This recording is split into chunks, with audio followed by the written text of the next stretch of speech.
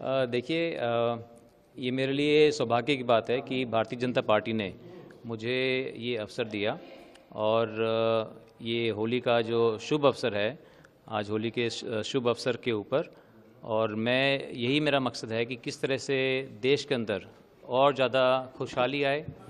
देश के अंदर जो है हमारे और ज़्यादा जो है लोगों का जीवन अच्छा हो। तो उसमें जो मोदी जी के नेतृत्व में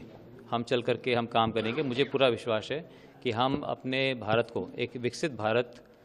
का निर्माण करने के लिए हम सब प्रयासरत हैं और उसमें हमें कामयाबी मिलेगी। चुनावी मैदान में आपको देखेंगे हम लोग। देखिए, जैसे मैंने कहा कि ये भारतीय जनता पार्टी का जो भी जिम्मेवारी मुझे दी जाएगी तो वो मैं जिम्मेवारी मैं अच्छे से निभाऊंगा। आपके सवाल है, ऐसे मौके पर कांग्रेस को आपने छोड़ दिया, तमाम अपोजिशन भी लगातार बीजेपी ज्वाइन कर रहा है, लग रहा है कि कांग्रेस को बीच में छोड़कर कहीं ना कहीं कुछ आपको नेगेटिव सा लग रहा है कि कांग्रेस ये एक्सपेक्ट कर रही है कि पार्टी को और मजबूती मिले, लेकिन ऐसे मौके पर एक बड़ा चेहरा बीजेपी ज्वाइन करता है, कांग्रेस को छोड़ देता है। देखिए, पिछले 10 वर्षों से मैं कांग्रेस पार्टी में सक्रिय नहीं था। मैंने कोई पिछले 10 वर्षों से मैंने उनका कोई कार्यक्रम अटेंड नहीं किया और मैं 10 वर्षों से जो है मैं किसी राजनीतिक से मैं पूरी तरह से मैं अलग होकर के मैं सिर्फ अपने काम के ऊपर,